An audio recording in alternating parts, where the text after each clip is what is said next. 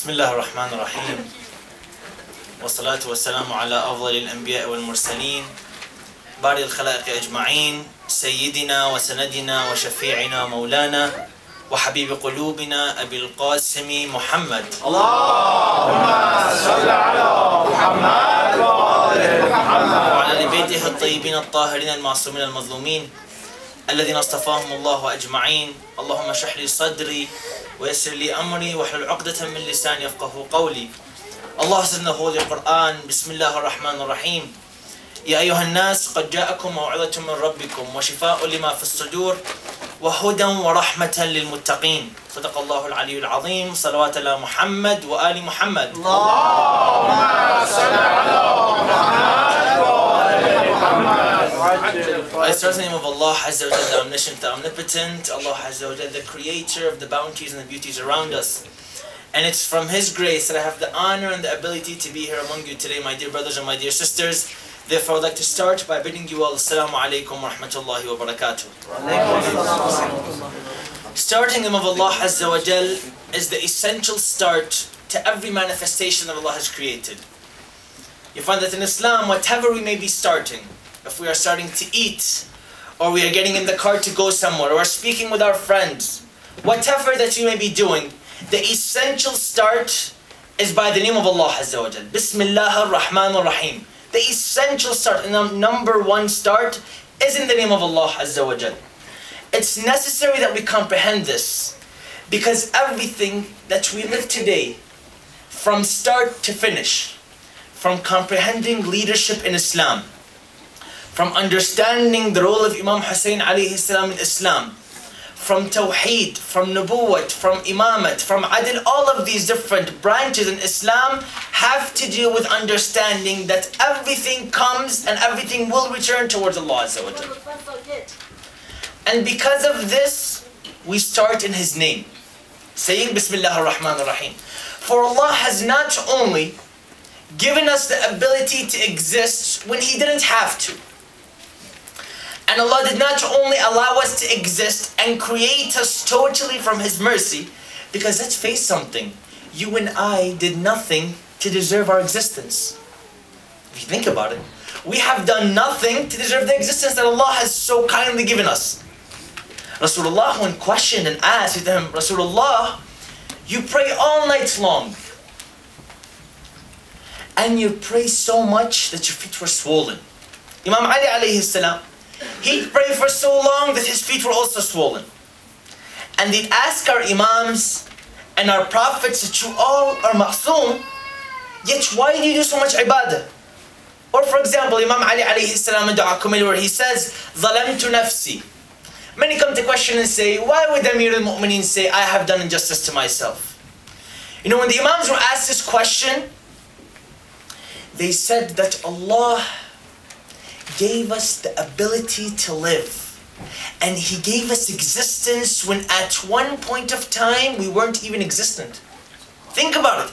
Even Rasulullah at one point of time was not existent, yet Allah gave him existence. Rasulullah says, and in the Holy Quran, he says, أَلَا أَكُونُ عَبْدًا شَكُورًا. Should I not be a thankful servant towards Allah? On the first level, and I would like for you to come with me in this logical chain that I'm going to take you on and prove for you leadership. And by proving to you leadership, I can relate to you Karbala and how you can bring it into your life. Therefore, Allah created us out of His mercy when He didn't even have to. Yet Allah goes farther than that. Allah says in the Holy Quran, Bismillah ar-Rahman ar-Rahim, الَّذِي أَحْسَنَ كُلَّ شَيْءٍ خَلَقَهُ. The one who has perfected everything He has created. Everything that Allah has created is perfect. Some might come to question and say, well, Brother Ali, that's not a correct statement, because we see flaws in the earth. As scientists, sometimes scientists might come, for example, some scientists come and they say that the DNA in the human being has many errors and needs to be recreated because it's wrong. Or they come up with scientific ways for them to be able to disprove Islam, or to say that God has not created everything perfect. These statements that are made are actually the reflection of our own ignorance. When we don't understand something and we don't comprehend it to the fullest extent, we think that there's a flaw in it. We think that there's a flaw in the creation of Allah, when actually there's no flaw. The only flaw is in us. We don't fully comprehend what Allah has created. Therefore we come and we beg and we ask questions and saying that what Allah has created is a mistake. Everything that's on this earth, from disasters, from death, is actually from the mercy of Allah. And when you think about it, it's good. It's not evil. If we get into the discussion of good and evil, it needs lectures and lectures. But highlighting to you, and my role is to speak, but your role is to go home afterwards and research things that might catch your eye. For example, I might say that even the evil in this world that we might think is evil, like death and killing and disasters, is actually a mercy of Allah. It's good. Therefore, not only has Allah created, but He has created in the best of way. الذي أحسن كل شيء خلقه. The one who has perfected everything He has created. Moving on from there, is that Allah has given us intellect. He has given us aql.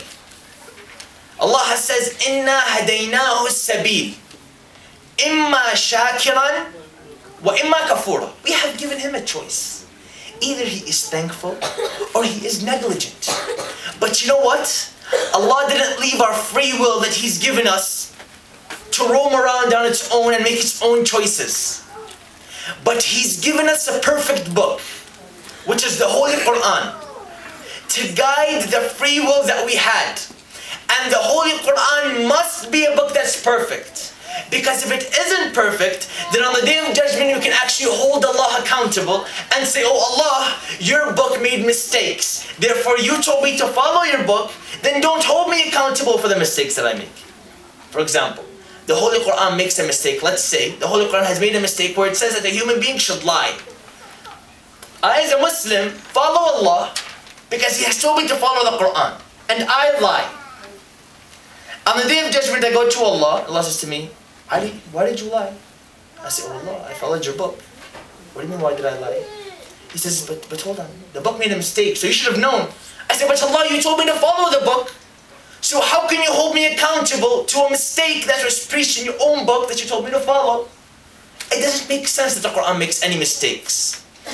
Because the Holy Quran is an infallible book, the ones who come to translate the Quran and to dissect the Quran for you and I must also be infallible. They just have to be. You know why?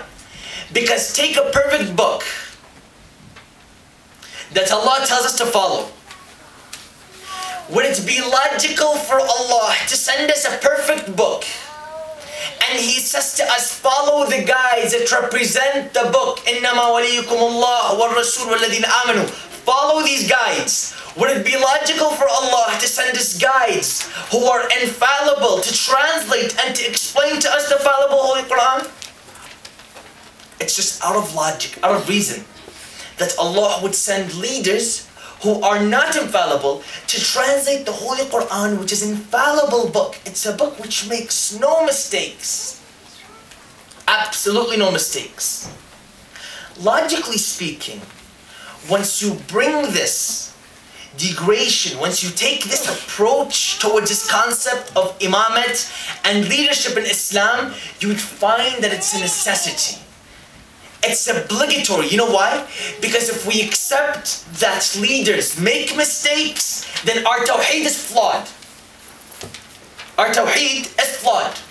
Because we're saying that Allah told us to follow His leaders, and when we follow His leaders, they make mistakes, and they take us into corruption. And on the Day of Judgment, when Allah asks us, why have you followed these leaders? We'll say, you know what, Allah? Your leaders told me to do so, and you told me to follow them. Therefore, I can hold Allah liable. And if us as human beings can hold Allah liable, then there's a huge mistake with our tawheed. Salawat ala Muhammad wa ali Muhammad.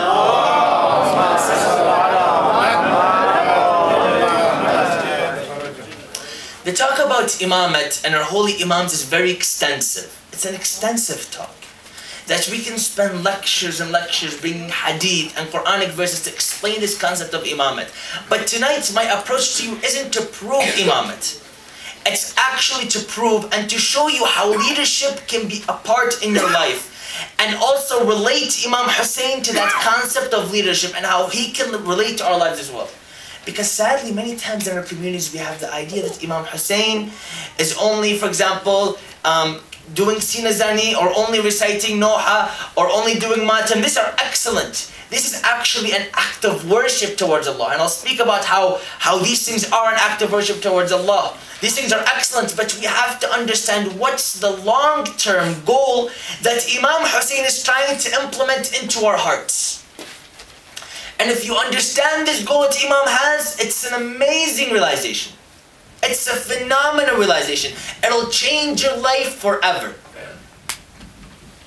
Year after year, when we commemorate Imam Hussein, realize how Muharram doesn't come once. It comes more than once. You know why it comes more than once? Allah's saying to you, you live your whole year in forgetfulness. You go to school, you go to work, you're in high school, you're in college, you're in university, you're in your office, you're buying a house, you're buying a car, you're with your kids, you're with your wife, you're busy. Allah says, I'm going to shock you with something. I'm giving you Muharram every year for 40 days, not 10, 40 days. And I want to see how you're going to progress. It doesn't come once. Not once. It comes each and every single year, knocking on our doors. Muharram comes every year and bringing us to the masjids. You see the young and the old commemorating Imam Hussein's death. Because Allah has placed a special burning in the heart for Imam Hussein. Like the Holy Prophet says, in the hearts of the mu'mins, the believers in us, the imams and the prophets, is a burning in their heart for Imam Hussein that will never evade, that will never be lost. This burning though has to come with understanding. You can't just feel the burden and say, Ya Imam, Ya Hussein, and hit your chest, yet you go home and just say, for example, you lie, or you don't speak well to your family, or you commit different sins. Imam Hussein has to make you proactively change. When speaking about leadership, it's necessity for us to discuss Imam Ali alayhi salam. When talking about leadership, Imam Ali is the role model of leadership. That's why the Holy Prophet picked him as his brother and as his wasi from the first days when the Holy Prophet came down from the mountain. And Allah said to him, وَانْذُرْ عَشِيرَتَكَ الْأَقْرَبِينَ, warn your near ones. The Holy Prophet made a huge gathering. And he brought Bani Hashim. And he sat them all down in his home. And he said to them that I am Prophet Muhammad.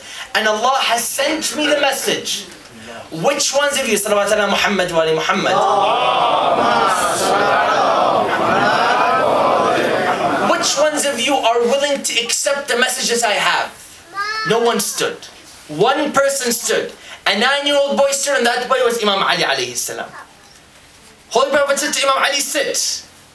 Once again he declared and Imam Ali stood. He told him to sit. Once again he declared that Imam Ali stood. Prophet raised his hand and said, this boy, this 9-year-old boy, Ali ibn Abi Talib, will be my successor and my brother. This is way before Ghadir Khum. This is way before Mubahala. This is way before Ghadir Khum, way before Mubahala. Before all of these incidents happened when Imam was merely 9 years old. The question I would like to ask is that Imam Ali being a 9-year-old, you see, a typical 9-year-old doesn't have this understanding sometimes. Some do, but many don't have this understanding of being a successor or a leader or a helper. They're conducted into their, for example, video games or their toys or their friends or these things. They don't think about, for example, the concepts of leadership like the way, for example, Imam Ali was thinking. And you say, Imam Ali as a 9-year-old, what capacity he had and what ability he had, that the Prophet from that day chooses him as a companion, as a friend, as a successor. Forget Ghadir and forget all of these different dates that happen. They're important, but this is the essential one. This is the start. This is where it all happened and was all declared. That Imam Ali chosen by Allah to become the leader. Not just any leader. I'm going to tell you what kind of leader Imam Ali was. and how we can be the same leaders, starting from within our masjids, from within our homes, starting